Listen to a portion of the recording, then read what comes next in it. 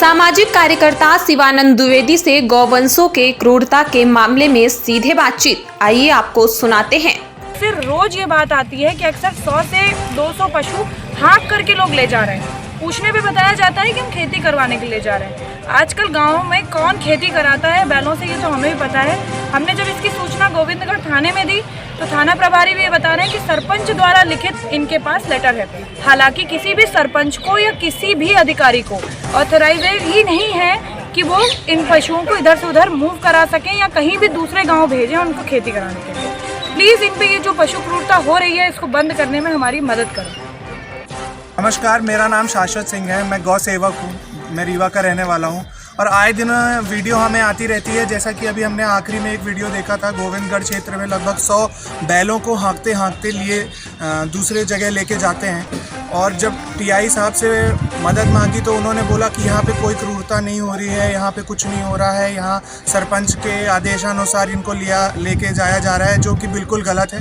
किसी भी सरपंच को या किसी भी अधिकारी को किसी भी गौवंश को के लिए मूव करना उनके ऑथराइज नहीं है। ये बहुत गलत है। सरेआम 100 से 150 गौवंश यहाँ से ले जाया जाता है उनको, ठीक है, सरेआम। और कोई अधिकारी कुछ नहीं बोलता है। पुलिस वालों के भी मुंह पे चुप्पी बैठी रहती है, क्योंकि सबको बराबर उनको हफ्ता पहुँचता है, पैसा पहुँचता है। इसीलिए कोई भी, मैं जो भी अधिकारी इस वीडियो को देख रहा है, मैं उनसे ज़रूर ये कहना चाहूँगा कि 100 से 125 गौवंश हर तीसरे दिन गोविंदगढ़ से ले जाए जा रहे हैं, लेकिन कभी कोई रोक नहीं लगाई जाती। प्लीज़ इसमें हमारी मदद करें। राष्ट्रमाता घोषित किया वो आपके सामने है कि आज मध्य प्रदेश में 20 साल होने को हैं भारतीय जनता पार्टी की जो सरकार है, और इनसे ही आप उम्मीद करते हैं राइट विंग सरकारें हैं, है ना।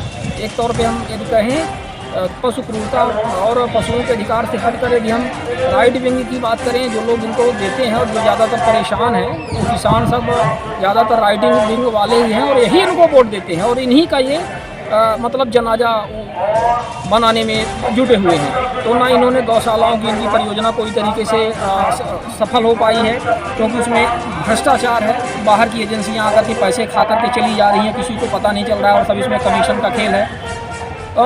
जो गौवंशों के लिए अन्य व्यवस्थाएं थी उनको टैगिंग किए जाने की वो आपने देखा ही है, बुरी तरह से फैल हुई है। कहीं भी टैगिंग नहीं है, पूरा पैसा खा लिया गया है। जहाँ टैगिंग लगी हुई थी तो भी टैगिंग निकाल करके फेंक दे रहे हैं। कुल मिला करके जब तक गौवंशों का जो उत्पाद है उनका वैल्यू नहीं होगी, गोबर मूत्र और उनके इस तरह से जैविक खेती को जब तक बढ़ावा नहीं मिलेगा, जब तक किसानों से वो खरीदा नहीं जाएगा, 5 रुपये 6 रुपये जो भी किलो के हिसाब से गोबर नहीं खरीदा जाएगा, सरकार उसके लिए कोई ऐसी व्यवस्था नहीं करती कि एक इंडस्ट्री लगाए और उससे जैविक खाद बनाए। जब तक गौवंशों की कद्र नहीं होगी, मतलब तब तक गौवंशों की कद्र नहीं होगी, जब तक ये व्यवस्थाएं नहीं की जाती हैं। और ये व्यवस्थाएं सरकार करने से रही है, क्योंकि फिर चुनाव आ रहा है, फिर इनके वादे इसी तरह से होंगे और गोल गोल घूम करके फिर वही हो जाएगा। तो हम सिर्फ इसमें सरकारों से तो विश्वास उठ गया है, सिर्फ हम जनता को ही कहते हैं कि ये गाय आपकी भारतीय संस्कृति में क्या महत्व है ये हमें बताने की ज़रूरत नहीं है। और फ़ोटो लगाकर गोपाल के साथ, कृष्ण जी के साथ में आप उनकी पूजा कर रहे हैं, लेकिन नंदी की पूजा करते हैं आप, शंकर जी को पानी देने जाते हैं तो वहाँ पे नंदी रहते हैं, लेकिन जो वास्तविक नंदी और वास्तविक गाय आपके सामने आ जाती है तो आज उसकी आप ये दुर्दशा कर रहे हैं। तो हमें इन चीज़ों से बचना चाहिए। पशु क्रूरता निवारण अधिनियम है, इसमें मध्य प्रदेश गौवंश वध प्रतिषेध अधिनियम है, IPC की धारा 428 429 है। ये सारी व्यवस्थाएं हैं, कुल मिलाकर के ये सही तरीके से लागू हो जाएं, शासन प्रशासन मुस्तैद हो जाए, लोग इनको बेसहारा छोड़ना बंद कर दें, तो ये स्थितियाँ आज नहीं होंगी।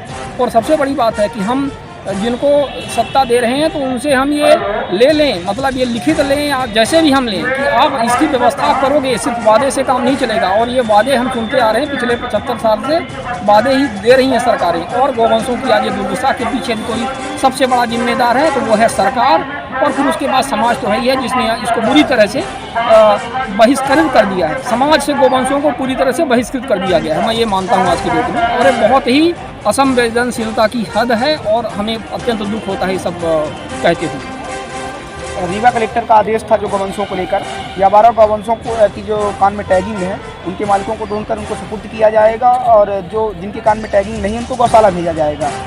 देखिए, ये आपने देखा है कि कितने इनके मतलब आदेश होते रहते हैं। एक जब बसाहट में एक गौ हत्याकांड हुआ था, बसाहट में हमें याद है, त्योंथर का ही मामला था। आपने त्योंथर की बात की, खामखा की अभी इसकी हम चर्चा कर रहे हैं खाएँ की, वहाँ पे बसाहट में भी इसी तरह से हुआ था।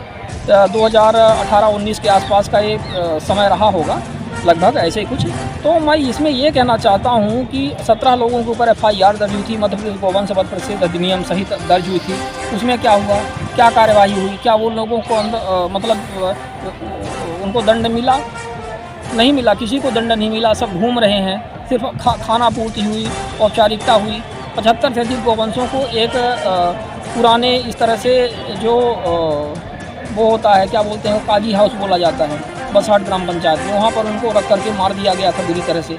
मतलब इतनी हृदय विदारक वो घटना थी कि जिसकी कोई सीमा ही नहीं। हम लोग मौके पर मौजूद थे और हम लोगों ने सब प्रयास किए, तब जा करके उसमें आगे की कार्रवाई। उससे भी शासन नहीं चेता है। कलेक्टर के आदेश उस समय भी आए थे, मजिस्ट्रियल जांच ADM उसमें नियुक्त किए गए थे, DM की जांच आई थी, जांच रिपोर्ट आई थी, सारी चीज़ें कही गई थी।